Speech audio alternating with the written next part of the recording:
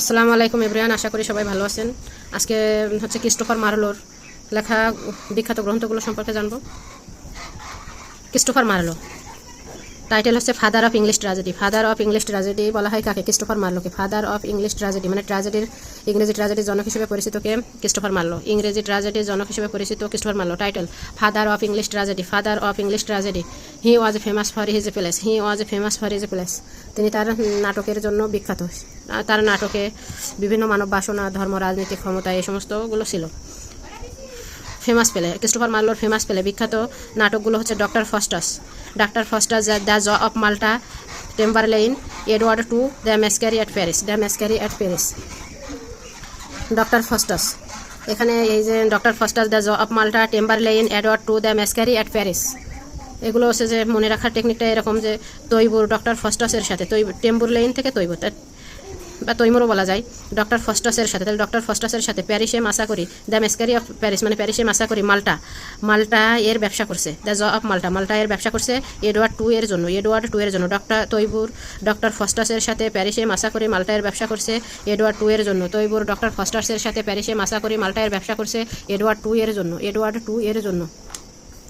Taibur doctor ফস্টাসের সাথে প্যারিসে মাসাকরি, মাল্টা এর ব্যবসা করছে এডওয়ার্ড টু এর জন্য।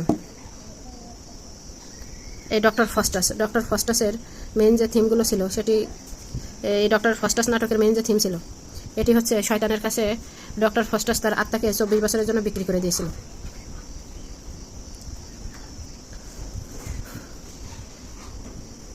এদিকে ডক্টর ফস্টাস আবার কি ছিলেন? বিজ্ঞানীও ছিলেন। তাই এখানে বলা যায় এক বিজ্ঞানীর শয়তানের সঙ্গে আত্মা বিনিময়ে জ্ঞান লাভের গল্প, সেটি হচ্ছে এই ডক্টর ফস্টাস নাটকের ছিল,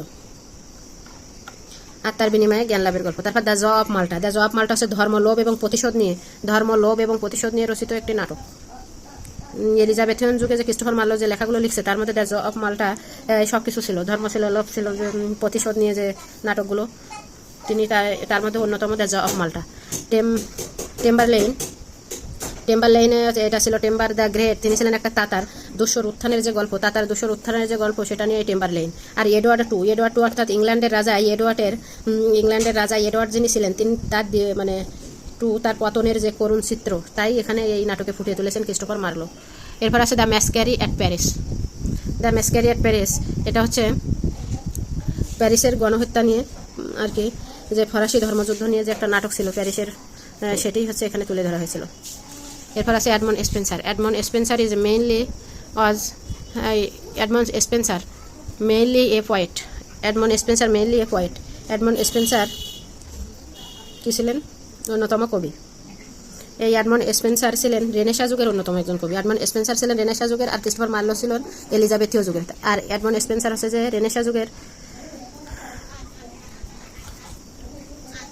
তাকে পয়েট অফ পোয়েটস বলা হয়। He is a famous for his poem, সে তার কবিতার জন্য বিখ্যাত। টাইটেল হচ্ছে পোয়েটস অফ পোয়েটস, অর্থাৎ কবিদের কবি। The divine master, the child of Renaissance and reformation. Edmund স্পেন্সারকে বলা হয় দ্য চাইল্ড অফ রেনেসাঁ এবং অ্যান্ড রিফরমেশন। তার বিখ্যাত গ্রন্থগুলো famous of the Faerie Queene, এটি তার অ্যালিগারি রোমান্স মহাকাব্য তথা ইপিক পোয়েম। এটি তার রূপক প্রতীকী কাব্য আর কি। নৈতিকতা, ধর্মীয় আদর্শ, রাজনীতি ইত্যাদি বিষয়ের প্রতীক এবং রূপকের মাধ্যমেই তিনি এখানে চিত্র করেছেন the Faerie queen, epic poem. তারপর অ্যাস্ট্রোফেল তার বিখ্যাত ইলেজি, যা তার বন্ধু এডমন্ড স্পেন্সারের বন্ধু ফিলিপ সিডনির মৃত্যুতে তিনি অ্যাস্ট্রোফেল রচনা করেন। শোকগাথাটি তিনি বন্ধুর মৃত্যুর পর লেখেন। দ্য শেফার্ডস ক্যালেন্ডার, এটি তার প্রথম কাব্যগ্রন্থ, এমনকি রেনেসাঁ যুগের প্রথম উল্লেখযোগ্য কাব্যগ্রন্থ হিসেবে বিবেচনা করা হয়। হিসেবেও গণনা করা হয়। এটি হচ্ছে যে দ্য শেফার্ডস ক্যালেন্ডার। এবার হচ্ছে Francis beacon.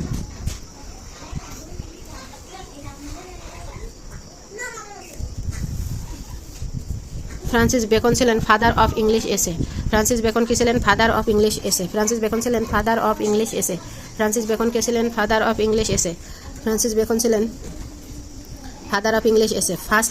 First essayist in English literature, national philosopher, father of imperialism. Francis Bacon কী ছিল? ফ্রান্সিস বেকন ছিল father of English essay. Essay বললি Bacon, essay Bacon, essay Bacon. Father of English essay Bacon, essayist of English literature, first essayist of English literature Francis Bacon. Natural philosopher Francis Bacon. হ্যাঁ, father of imperialism Francis beacon.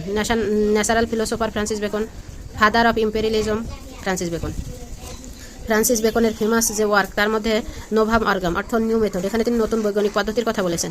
নোভাম অর্গাম new method, the proficiency and advancement of learning, অর্থাৎ advancement of learning. এখানে তিনি হচ্ছে যে জ্ঞান এবং শিক্ষার বিকাশ সম্পর্কে লেখা একটি গুরুত্বপূর্ণ গ্রন্থ হচ্ছে the proficiency and advancement of learning. Famous quotation from the Francis Bacon, Francis বেকনের famous quotation, suspicion among throw one are like bats among birds of suspicions গ্রন্থে। Suspicion among throw one are like bats among birds of suspicion, অর্থাৎ হচ্ছে যে আপনজনের মধ্যে সন্দেহ থাকা পাখিদের মধ্যে বাদুরের মতো। আপনজনের মধ্যে সন্দেহ থাকা পাখিদের মধ্যে বাদুরের মতো। যেমন বাদুর পাখি হলেও পাখিদের দলে মানিয়ে নিতে পারে না, তেমনি নিজের ঘনিষ্ঠদের প্রতি সন্দেহ সম্পর্ককে কী করে? নষ্ট করে দেয়। A good friend is another himself, অর্থাৎ একজন ভালো বন্ধু হলো নিজেরই আরেক রূপ। একজন ভালো বন্ধু হলো নিজেরই আরেক রূপ। একজন ভালো বন্ধু হলো নিজেরই আরেক রূপ। Opportunity makes a thief of friendship গ্রন্থে তিনি লিখেছেন অপরচুনিটি মেক্স এ থিফ, অর্থাৎ সুযোগই মানুষকে চোর বানায়। ইট is impossible to love and be wise of time of the same time. It is impossible to love and be wise of the same time, মানে একই সময়ে ভালোবাসা ও প্রজ্ঞাবান হওয়া অসম্ভব, অর্থাৎ ভালোবাসা আবেগের বিষয় আর প্রজ্ঞা বা জ্ঞানভুক্ত হচ্ছে যুক্তির বিষয়। তাই প্রেমে পড়লে মানুষ সাধারণত যুক্তিবোধ হারায়। It is impossible to love and be wise of same time, একই সাথে ভালোবাসা এবং প্রজ্ঞাবান হওয়া অসম্ভব। It is impossible to love and be wise of same time, একই সাথে ভালোবাসা এবং জ্ঞানী হওয়া অসম্ভব। A mixture of lie both doth, অর্থাৎ does love add pleasure. A mix of lie both doth of her add pleasure. A mix of lie both doth of her add pleasure, অর্থাৎ মিথ্যার সঙ্গে সত্যের মিশ্রণ সবসময় আনন্দ বাড়িয়ে তোলে। মিথ্যার সঙ্গে সত্যের মিশ্রণ সবসময়, মানে মানুষ কখনো কখনো বাস্তবের চেয়ে মিথ্যা বা অলিক কল্পনাতেই বেশি আনন্দ পায়।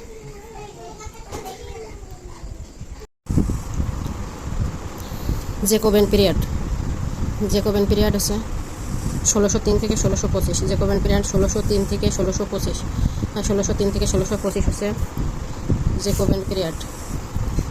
বেন জনসনের টাইটেল হচ্ছে father of English comedy. Ben জনসনের টাইটেল কি? Father of English comedy.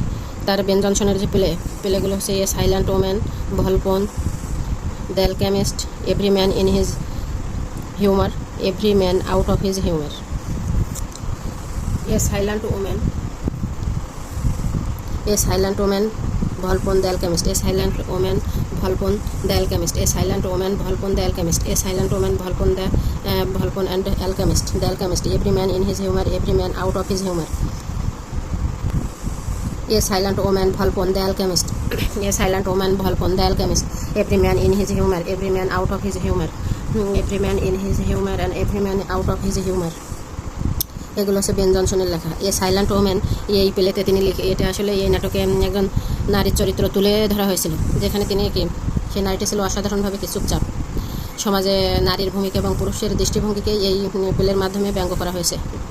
এরপরে আছে ভলপন। ভলপনে ছিল এটাও একটি ব্যঙ্গাত্মক নাটক। ভলপন নামে এক ধনী মানুষকে, মানে ভলপন নামে এক ধনী লোক মানুষকে ঠকিয়ে যে ধন সম্পদ নিত, মানুষকে ঠকাতো সে, এই ভলপন। এটা হচ্ছে এই নাটকের মেন বৈশিষ্ট্য বা ব্যঙ্গাত্মক রচনা। দ্য অ্যালকেমিস্ট, দ্য অ্যালকেমিস্ট হচ্ছে সমাজের প্রতারক শ্রেণীকে নিয়ে লেখা একটি ব্যঙ্গাত্মক নাটক, দ্য অ্যালকেমিস্ট। তারপরে every man in his humour, এই নাটকে মানুষের ব্যক্তিত্বের হিউমার বা স্বভাবজাত যে প্রবণতা সেটা নিয়ে ব্যঙ্গ করা হয়। এই নাটকে শেক্সপিয়ারে অভিনয় করেন, ছোট্ট ক্যারেক্টারে every man in his humour এই নাটকে শেক্সপিয়ারে অভিনয় করেন। Every man out of his humour, পূর্বের নাটকের অনুরূপভাবে মানুষের যে দৃষ্টিভঙ্গি সেগুলোই ওই আগে এই সবগুলোতে প্রায় ব্যঙ্গাত্মক, এটাও ব্যঙ্গাত্মক। নকল, আভিজাত্য, মূর্খতা এসব নিয়ে এই নাটকে আর কি উপহাস করা হয়েছে। Every man out of his humour, every man out of his humour. এরপরে আছে জন ডনের টাইটেল হচ্ছে পয়েট অফ লাভ বা religious poet, poet of love বা রিলিজিয়াস পয়েট। ধর্মীয় কবি আর ভালোবাসার কবি, পয়েট অফ লাভ এবং রিলিজিয়াস পয়েট। জন ডনের হচ্ছে ফেমাস পোয়েম, জন ডনের ফেমাস পোয়েম হচ্ছে the good morrow, the canonization, the good morrow, the canonization, the sun rising, valediction forbidding mourning, valediction forbidding mourning, valediction forbidding mourning, the good morrow, the canonization, the sun rising, the good morrow, the canonization, the sun rising, valediction forbidding mourning, forbidding mooring.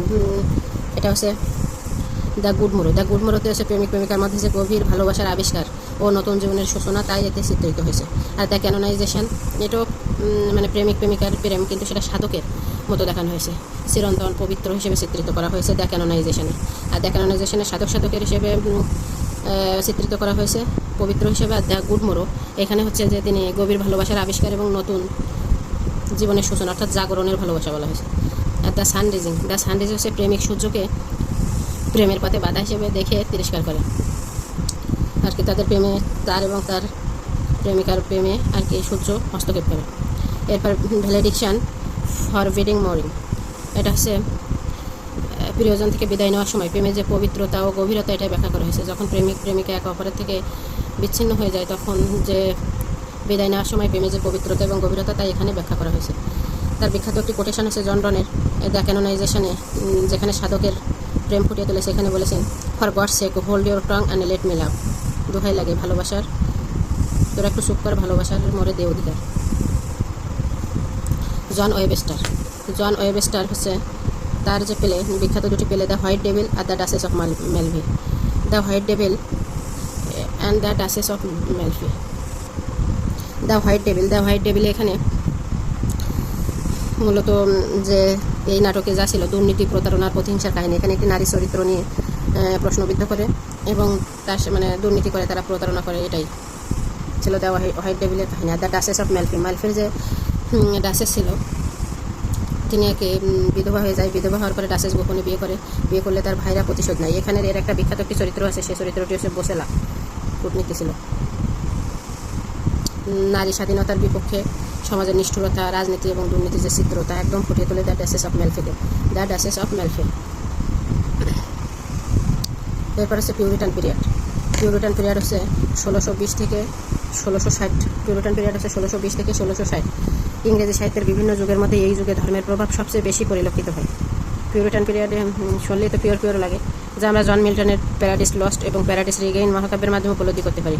Puritan পিরিয়ডের সবচেয়ে উল্লেখযোগ্য কবি বা remarkable poet হচ্ছেন John Milton. আমরা যে আগেই পড়েছি পিউরিটান পিরিয়ডে যে এজ অফ মিল্টনও বলা হয়। এখানে একটা ছন্দ পড়েছিলাম যে মিল্টন পিওর মার্বেল খেলে, অর্থাৎ এখানে যে বিখ্যাত লেখকরা আছেন তার মধ্যে John Milton, Andrew marble.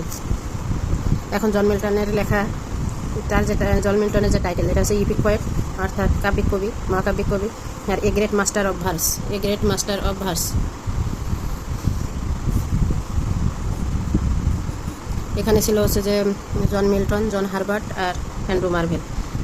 Epic, তার যে ইপিক হচ্ছে প্যারাডিস লস্ট আর প্যারাডিস রিগেইন। ট্র্যাজেডিজ ড্রামা হচ্ছে Samson Agonistes, Samson. Tragedy drama হচ্ছে Samson Agonistes, Samson Agonistes. Tragedy drama হচ্ছে স্যামন অ্যাগনিস্ট।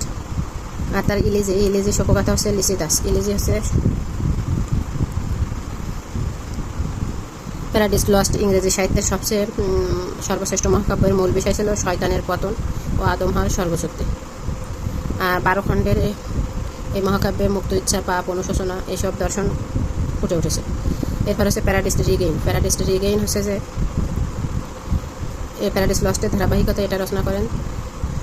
এখানে যিশুকে নিয়ে লেখা হয়েছে, যিশুর প্রলোভনের প্রতিরোধ ও আত্মিক বিজয় চিত্রিত হয়েছে। ট্র্যাজেডি ড্রামা স্যামন অ্যাগনিস্ট, এটা হচ্ছে যে শারীরিকভাবে দুর্বল কিন্তু মানসিকভাবে দৃঢ় এক সামসনের গল্প। সামসন against, সামসন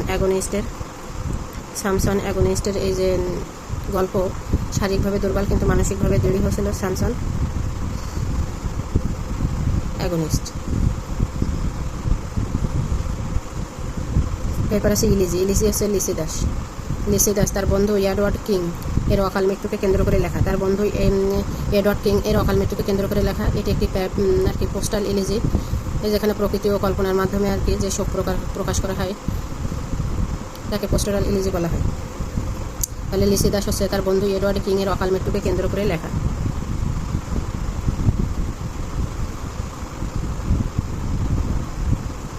Samson Agonistes. Quotation from John Milton. John মিল্টনের বিখ্যাত যে quotation, it is better to regain it is better to reign in hell it is better to reign in hell than serve in heaven। অর্থাৎ নরকে রাজত্ব করাই শ্রেয়, স্বর্গে দাসত্ব নয়। স্বর্গে দাসত্ব করা যাবে না, তার থেকে নরকে গিয়ে রাজত্ব করবে। It is better to reign in hell than serve in heaven. তারপরে একটা হচ্ছে childhood shows the man as morning shows the day. অর্থাৎ সকালে যেমন দিনের পূর্বাভাস মেলে, তেমনি শৈশবে ও ভবিষ্যতের মানুষের লক্ষণ ধরা পড়ে। শৈশবে ভবিষ্যৎ মানুষের লক্ষণ যে শৈশবেই ধরা পড়ে। এরপর হচ্ছে অ্যান্ড্রু মার্ভেল। অ্যান্ড্রু মার্ভেল হচ্ছে the definition of love. The definition, Andrew মার্ভেলের পয়েম হচ্ছে the definition of love. Out of sight out of mind, out of sight near to mind, spiritual love. আর near to sight out of mind, near to sight out of mind, out of sight out of mind. আবার out of sight near to mind, near to sight out of mind. The definition of লাভ, এখানে Andrew Marvel আর কি metaphysical প্রেমের গভীর সংজ্ঞা তুলে ধরেছেন। এখানে প্রেমকে ভাগ্য ও নিয়তির দ্বারা বিধ্বস্ত একটি অপ্রাপ্ত সম্পর্ক হিসেবে ব্যাখ্যা করা হয়েছে। আর out of sight out of mind, এটা হচ্ছে একজন মানুষ দৃষ্টির বাইরে গেলে হৃদয় থেকে দূরে সরে যায়। এটা একটি প্রচলিত যে ভাবনা যে রূপ সেটা নেই। আর out of sight near to mind, দৃষ্টির বাইরে থাকা সত্ত্বেও কেউ যদি হৃদয়ের কাছাকাছি থাকে, সেটি হচ্ছে আত্মিক প্রেমের নিদর্শন। Near to sight out of mind, কাছাকাছি থেকেও মানসিকভাবে দূরে থাকা, অর্থাৎ প্রেমের যে ব্যর্থতা তাই এখানে তুলে ধরা হয়েছে। রেস্টোরেশন পিরিয়ড, রেস্টোরেশন পিরিয়ড হচ্ছে 1660 থেকে 1700, 1660 থেকে 1700, 1660 থেকে 1700 হচ্ছে রেস্টোরেশন পিরিয়ড। রেস্টোরেশন পিরিয়ড 1660 থেকে 1700, সেই রোস্টেজ যুগ 1660 থেকে 1700। জন ড্রাইডেন, তাকে বলা হয় রেস্টোরেশন পিরিয়ডের জায়ান্ট বা টাইটান। তাকে বলা হয় রেস্টোরেশন পিরিয়ডের জায়ান্ট বা টাইটান। প্লে, তার জন ড্রাইডেনের বিখ্যাত নাটক হচ্ছে ওয়াল ফর লাভ। জন ড্রাইডেনের বিখ্যাত হচ্ছে ওয়াল ফর লাভ। জন ড্রাইডেনের বিখ্যাত হচ্ছে ওয়াল ফর লাভ। জন ড্রাইডেনের বিখ্যাত প্লে হচ্ছে ওয়াল ফর লাভ। এখানে শেক্সপিয়ার এর যে অ্যান্টনি এবং ক্লিওপেট্রার ওর এই ধ্রুপদী অনুবাদ আর কি ট্র্যাজেডি। প্রেম ও কর্তব্যের দ্বন্দ্ব ছিল এখানে প্রধান বিষয়। শেক্সপিয়ারের এটার সাথে অনেক মিল। এরপর পয়েমস হচ্ছে যে কবিতা হচ্ছে হিরোইক, এই যে হিরোইক স্ট্যাঞ্জা। এখানে কি এটা আসলে অলিভার ক্রমওয়েলের মৃত্যুতে লেখা একটি স্মৃতিচারণ কবিতা। অলিভার ক্রমওয়েলের মৃত্যুতে লেখা একটি স্মৃতিচারণ কবিতা। এতে শ্রদ্ধা, নায়কত্ব এবং রাজনৈতিক বিশ্লেষণ রয়েছে। হিরোইক স্ট্যাঞ্জা। এরপর হিডেন ফ্লেম। জন ড্রাইডেনের প্রথম ছিল ওয়াল ফর লাভ, হিরোইক স্ট্যাঞ্জা, এটা হচ্ছে কবিতা। আর হিডেন ফ্লেম এটাও কবিতা, অর্থাৎ গোপন ও দগ্ধ অনুভূতির চিত্র প্রেমের। হিডেন ফ্লেম হচ্ছে প্রেমের গোপন ও দগ্ধ অনুভূতির চিত্র। এরপর ওয়ান হ্যাপি মোমেন্ট অর্থাৎ প্রেমে অতীত এক সুখের মুহূর্তের স্মৃতিচারণ।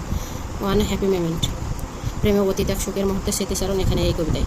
তাহলে তিনটি কবিতা, জন ড্রাইডেনের heroic stanza, hidden flame, one happy moment. আর জায়ান্ট এবং টাইটান কবি ছিলেন ড্রাইডেন, গুরুত্বপূর্ণ কবি। এরপর প্লে ওয়াল ফর লাভ, তার হচ্ছে বিখ্যাত প্লে, যেটা কিনা শেক্সপিয়ারের ট্র্যাজেডির অনুপ্রেরণায়, শেক্সপিয়ারের হচ্ছে অ্যান্টনি এবং ক্লিওপেট্রা এই ট্র্যাজেডির অনুপ্রেরণায় লেখা। কোটেশন ফ্রম জন ড্রাইডেনের বিখ্যাত কোটেশন আছে they think too little who talk too much, যে বেশি কথা বলা যে সব মানুষ তাদের আর কি চিন্তা খুবই ছোটো বা তাদের চিন্তার অভাব রয়েছে। We first make our habit then habit makes us, অভ্যাস গড়ে ওঠে ধীরে ধীরে এবং পরে তা আমাদের নিয়ন্ত্রণ করে। We first make our habit then habit makes us, অভ্যাস ধীরে ধীরে গড়ে ওঠে এবং পরে তা আমাদের নিয়ন্ত্রণ করে। জন বানান, ইনি হচ্ছে দ্য পিলগ্রিমস প্রোগ্রেস তার সবচেয়ে বিখ্যাত গ্রন্থ। দ্য পিলগ্রিমস প্রোগ্রেস তার সবচেয়ে বিখ্যাত গ্রন্থ। এটা একটা কি ধর্মীয় রূপক কাহিনী, খ্রিস্টানের নামক এক চরিত্রের স্বর্গযাত্রার প্রতীকী কাহিনী। এটাই বিশ্বের সবচেয়ে অনুবাদিত এবং পড়া যে ধর্মীয় গদ্য গ্রন্থ আছে তার মধ্যে এটি একটি, দ্য পিলগ্রিমস প্রোগ্রেস। অর্থাৎ খ্রিস্টিয়ান নামক এক চরিত্রের স্বর্গযাত্রা যে প্রতীকী কাহিনী। It is a famous Christian allegory in prose, আক্ষরিক অর্থে ধর্মীয় একটি রূপক কাহিনী, আক্ষরিক অর্থে খ্রিস্টানদের একটি ধর্মীয় রূপক কাহিনী। Grace abounding to chief of sinner, great abounding to the chief of sinners, অর্থাৎ লেখকের আত্মজীবনীমূলক আধ্যাত্মিক কাহিনী নিয়েই এখানে লিখেছেন। এটি লেখকের এটি তার আধ্যাত্মিক জীবনী, মানে স্পিরিচুয়াল অটোবায়োগ্রাফি। এখানে তিনি ঈশ্বরের করুণার গুরুত্ব তুলে ধরেছিলেন। The life and death of Batman, the life and death of mister Batman, অর্থাৎ এখানে ধর্মীয় যে একজন পাপীর নৈতিক গদ্য, যেখানে একজন পাপীর জীবন ও মৃত্যুর বিবরণ দেওয়া হয়েছে। মানে সমাজে যেসব অন্যায় হতো তার কঠিন সমালোচনা করে এটা তিনি লিখেছিলেন। The life and death of Mister Badman. তারপর the holy war.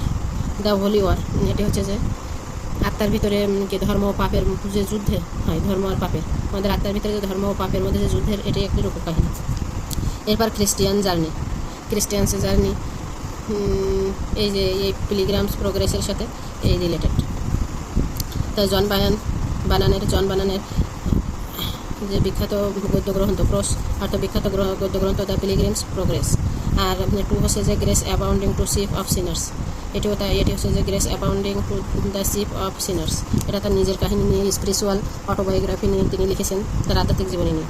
The life and death of Mister Badman, অর্থাৎ একজন পাপীর জীবন এবং মৃত্যুর কাহিনী নিয়ে এখানে একটা তিনি ব্যঙ্গাত্মক বা কঠোর সমালোচনা করেছিলেন। দ্য হোলি ওয়ার আরেকটা আছে ক্রিশ্চিয়ান জার্নি, যেটা কিনা এর সাথে সংযুক্ত। এরপর হচ্ছে উইলিয়াম কনগ্রেভ, তিনি ইংরেজি সাহিত্যের রেস্টোরেশন